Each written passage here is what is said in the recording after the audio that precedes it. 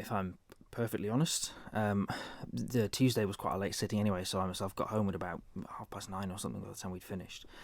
So I knew there was a second supplementary order paper, but at that point I hadn't even opened it because I hadn't expected it to be anything significant.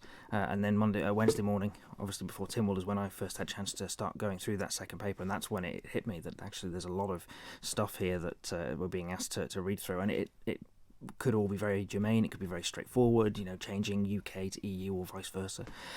But actually, because there was so much of it there and there was already so much going on, to be able to actually take the time to go through it and just make sure that there wasn't anything in it that raised any concerns or flags, it's just physically not possible. It just wasn't doable, actually. And it was just, for government to drop that on us, I think there's a lot of frustration I'm feeling from Tynwald members at the moment about actually, look, we are more than happy to work. I mean, even when we voted on it, I said if you need us to come back later in the week, I'm happy to come back and sit again. That's absolutely fine, but at least give us a chance to read some of this stuff. And I think throughout the emergency period, this was happening more regularly. Things were getting tabled. We need to do this now. We need to do this now, and that's absolutely fine. You're in an emergency. You have to act. You can't delay things.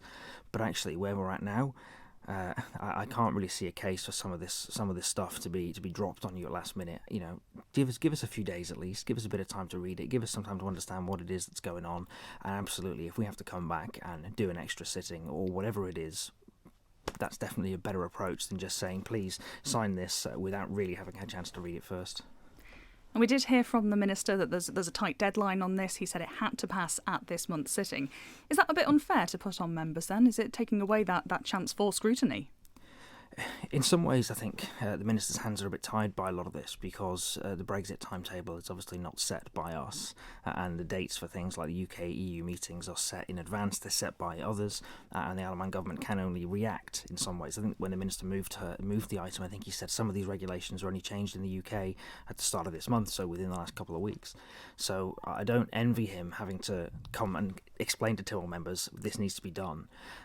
Where I struggle is actually when you listen to what he said, he then said, well, actually, they're not meeting till the 14th of December. So as long as we've got this done before the 14th of December, well, it's fine. So actually, there isn't really a case to say, I need you to sign this now. He could easily have sent us a letter or an email saying, look, we need to get this done before the 14th. Can we have just a short sitting, just to deal with this, maybe in the first week of December? That is perfectly reasonable from my perspective. That gives us a couple of weeks to read it, to ask questions on it, to check we're happy with what it is we're being asked to vote on, and then to vote on it. And that would have been a much better approach, I think, than saying, please can you vote on all this stuff now because, the end of the world will happen if we don't vote on it immediately, when it turned out that actually maybe that wasn't entirely all the facts. We did hear earlier in the Tynwald sitting as well, I think during a debate on COVID, there seemed to be this feeling that government perhaps isn't putting out information early enough. Is there a general trend of this at the moment?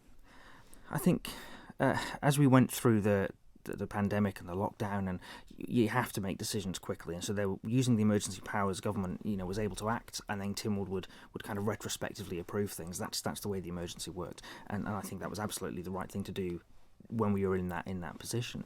I think the worry that some Tynwald members have is that actually government has got quite comfortable with this ability and with this way of doing things, and I think people are starting to get a bit frustrated at actually, especially when you're talking about the longer term planning in relation to things like COVID and the border, and actually what's your exit strategy. And we heard a lot of that in the debate on Wednesday, actually, when members were asking those exact questions, and I think members were expressing a view that actually, why do you need to make these announcements on a Thursday after making the decision in the morning? Sometimes you may need to, absolutely. Things change and you need to be able to react quickly. But things like a long-term exit strategy, things like actually when or how might you roll out a vaccine, those are not decisions that will be made quickly. They're not decisions that should be made quickly.